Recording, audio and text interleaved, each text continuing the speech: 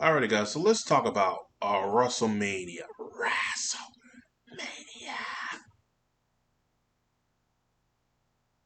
So, I'm gonna give you my review of WrestleMania, and we're just gonna go by the matches.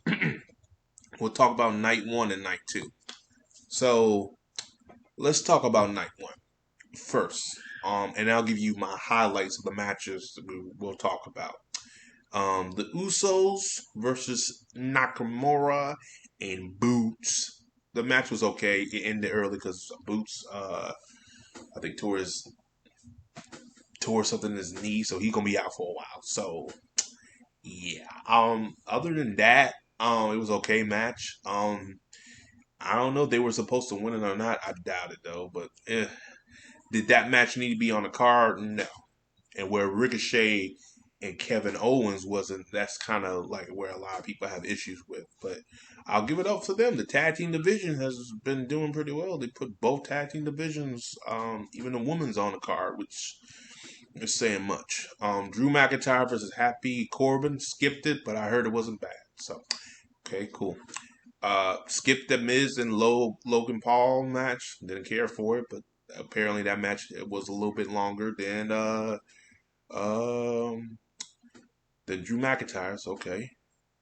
Now Bianca Belair versus Becky Lynch. That was a good match. I saw it. It's one of her Bianca's best matches she's had in a while. I really did enjoy that match. Um, but again, I think it's going to be what's Bianca's going to do. Already Becky Lynch is not. From what I was looking on Raw, she wasn't even on Raw after WrestleMania, so it's like, okay, so she don't get a rematch, so she don't have a program. Great. Now, the match that I want to talk about, let's change the order. Let's go with Charlotte Flair versus Ronda Rousey. The match was terrible. I didn't really like it. This is actually one of the worst matches. I like the Survivor Series match better than this one. They might need to turn around the heel or something. This ain't working for me. But this is what they wanted. Also, rumors are coming out that Sasha was supposed to take on Charlotte. That's what should have happened. It should have been Bianca, Becky, and Ronda in a triple threat match. And honestly, if you want my opinion, Ronda should have went for Becky anyway for vengeance over what happened. She lost her match a couple years ago. Um, but I don't know. It's all weird how all that played out. Um, it's just weird. I think Ronda should have went for Becky, and then it should have been Bianca winning the match, but Becky and Ronda will have a feud, and the feud, and Ronda wins that feud, and be Bianca versus Ronda, and Bianca could have took on Bailey at the time. It could have been like it could have been done, and Charlotte would have lost to Sasha. But it is what it is. Whatever. Stone Cold Steve Austin versus Kevin Owens in a no hold bar match. Good. That was Stone Cold's last match. It was good. Um, it was nice to see him again, but let's be realistic here. It would have been nice for him to be wrestling gear, but he said, I don't have to wrestle. So this is good. But I'll take it. It's nice to see an old rattlesnake. Cody Rhodes versus, and I say the best for last, Cody Rhodes versus Seth Rollins. Good match. The longest match of night one. Um, it was good. Real good. Um, it was nice seeing Cody. Cody kept his AEW gear, his AEW music, and everything. I mean, like, okay, they're really going into him. So I guess they're good. Have to give AEW credit. They created Cody Rhodes a star, and WWE took that star and said, "We can use him, and we can show you how to use him better." Um, and rumors are coming out now that Cody and Tony were drifting apart. I mean, honestly, looking back, I mean, Cody was stuck in the TNT title for a while, but in that new contract, it's weird. It's like Cody said he didn't want to keep going for the TNT title, but I don't know the story. Maybe Tony told him, he said we just have you for the TNT title, but see, Cody didn't want to turn heel. That's all what it was. They were going to turn him heel, and he didn't want to turn heel, and he was just like not going for it. I said, okay, well. And then he wasn't around a lot either because Cody was doing all these game shows, and they were like, well, shoot, we can't put the world title on you if you're not around, and that's another issue. It's just, I don't know. It feels like the size should have talked it out. And I feel like Cody just wasn't really being with what they were doing. And it's weird. But, I mean, the match was good with Seth Rollins. Probably the best opponent to have a match with him and Kevin Owens. I mean, him and Seth. If it's not Seth, Kevin Owens. I mean, it's good. It's good. So, let's go on to night two because I do not want to make this video longer than what it needs to be. Uh, RK Bro defeated the Street Profits and Alpha Academy. This is good. It was a good tag team match. I'll say this about the Alpha Academy. I'm really liking Chad Gable and Otis. They should never break them up. If they break them up, um, that's going to be the death to the tag team division right there. I think they're holding the tag team division up. Profits, I feel like they're about to be either turning heel or one will be turning on each other later this year. They won't be together for too long. And Randy Orton and Riddle, I think Randy Orton likes to stay in a tag team because it's less work. He don't have to do that much work, and he actually enjoys working with Riddle, so you could tell that. Bobby Lashley took on Omos, and he took on Omos. Omos got a lot of work to do, but the right person won. Uh, Johnny Knoxville, Sami Zayn. I'll give Sami Zayn credit. At least he was on the show program, so he got paid. So it was alright. Naomi, Sasha Banks, Cameron, Queen, Celine, Liv Morgan, Rhea Ripley, Natalia, uh, and Baszler. Okay, match. I mean, nothing special. Naomi and Sasha won. Honestly, you want my opinion, it should have been Natalia and Baszler, but it is what it is.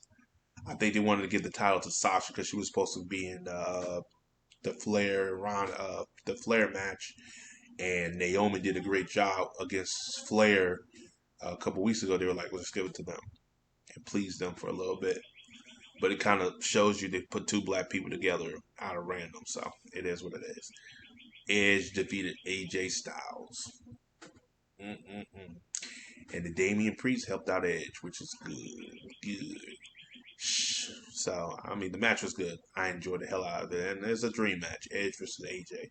I really didn't want them to be no interference in this one. But hey, it is what it is. And it was a good match. They'll have another program too. Hopefully they have a Hell in a Cell or Steel Cage or a ladder or a Last Man Standing match. Hopefully Edge got a couple ones in there. Then Damian Priest can take it over there. I believe Ripley's going to be with Edge and Priest down the road, which is good, I guess. Um, you know, hell, and Damian can get somebody else as a tag team and can help the tag team division out because he don't really need a U.S. title no more. You can just put that in the back burner, see what he can do. But yeah, Sheamus and Ridge Holland defeated the New Day in 1 minute. So I didn't even watch that match. So Pat McAfee defeated Austin Theory by pinfall, which was good. I saw that match; it was pretty good. However, they had another match with McMahon and Theory, and defeated Pat McAfee. That was fine. It was for what it was. It was fine. Combined together, it was like 11, 12 minutes. Yeah, Stone Cold stunned up pretty much everybody, and I was thought that was pretty cool. So Roman Reigns versus Brock Lesnar. This was not their best WrestleMania match. This was not their best match in general. Roman has worked with Brock at least. Oh my God. I think Roman and Brock has worked together at least more than 7 or 8 times. Their WrestleManias, they had like 3. Because the first one, that's the one with Seth Rollins cashed in. Then a couple years later is the one where Brock won that one. And then this one, Roman won this one. But at least 7 or 8 times. They don't work together. And this is actually the worst one. I know Roman got hurt, but even if he got hurt or not, the WWE has a big, major problem. They need to make new stars. The reason I think Cody Rhodes kept all his gimmick is because they have no stars. That purge they did last year was not beneficial, and I think Vince McMahon kind of realized that we kind of fucked up. We released a lot of these talents that we didn't need to be released, like John Morrison and all that, because Jeff Hardy, they weren't trying to release Jeff Hardy. They wanted to keep Jeff Hardy because they would have a program with Roman versus Jeff, but they don't have no stars. Like they got rid of all their stars or potential stars, like Killer Cross or Karrion Cross. Roman could have had an opponent for that one. Keith Lee, glorified babyface. But again, I mean, Keith Lee got some weight to lose anyway. But it's one of these things where it's like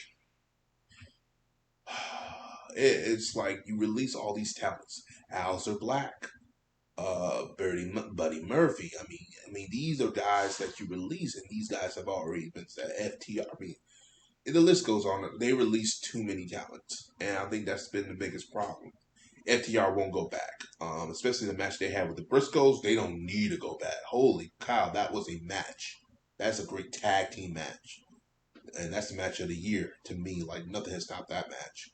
And I think that's the only one I saw. I cared for honestly. But yeah, Roman needs some opponents. You can't give a man the keys to the kingdom where there's nothing in there to be in the kingdom. Roman won't have nothing to play with in the kingdom. It's weird. Like you give the man the keys to the kingdom, the keys to the vehicle. Cool. He needs stuff to do in the kingdom because if he don't, people won't care about the kingdom. He needs stuff. He needs a place to drive because if there's no highway, he can't drive the vehicle. You get what I'm saying? The problem is Roman has everything, but don't have nothing. And it's like you gotta be careful with that. And Roman's went through everybody. Only one I see who can beat Roman is Jey Uso, Drew McIntyre, Cody Rhodes. That's it. That maybe AJ, but that's it. Like those are the only guys. But I mean, it comes a point where they had to give him both titles because he ran out of opponents on SmackDown, which is their fault. Like literally their fault. So Cody's going to probably take the title for Raw, and then he'll go back to SmackDown. He's not losing that Universal title. Hands down, that title's not going nowhere.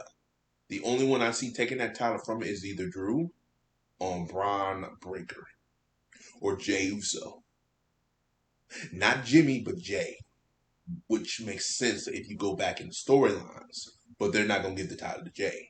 It's going to be Braun or Drew. And Jey Uso definitely needs that title because the feud they had earlier in night back in 2020, which was fantastic. I love that feud. Honestly, that's a great feud. And I would like to see them go back to that. And I think Roman said he wants that to go back to too. And then there's just something.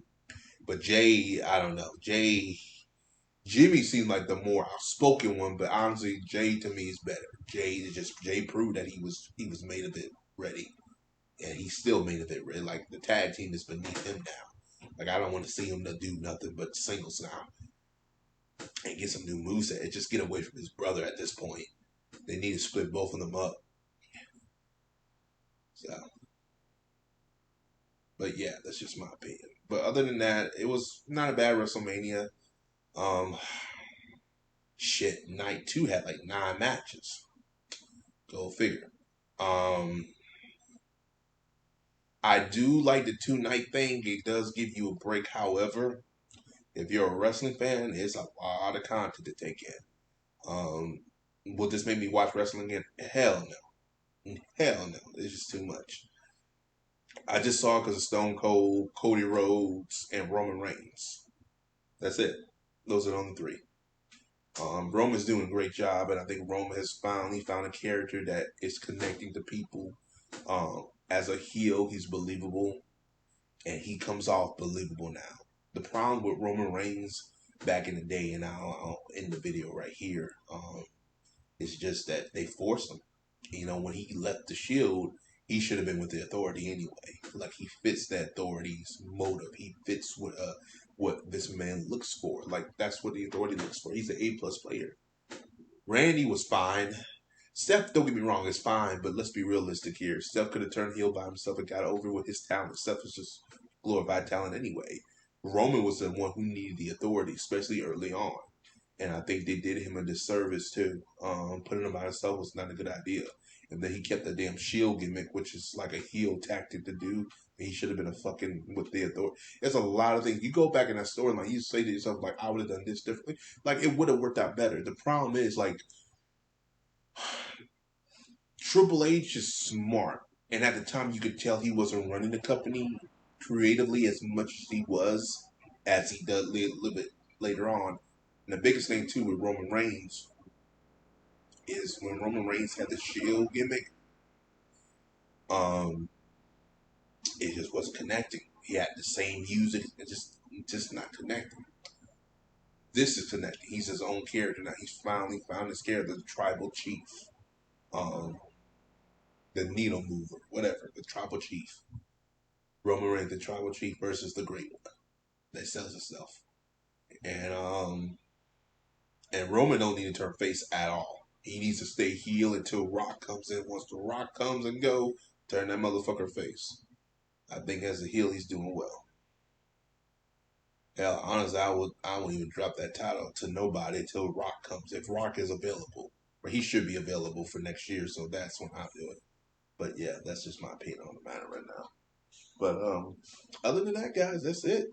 As always, guys, you can like and share. As always, subscribe. And my video is about 16 minutes long, so that's good enough. I don't want to go any longer. But that's my review of WrestleMania, my only review of WrestleMania. So, peace. Have a Johnson day.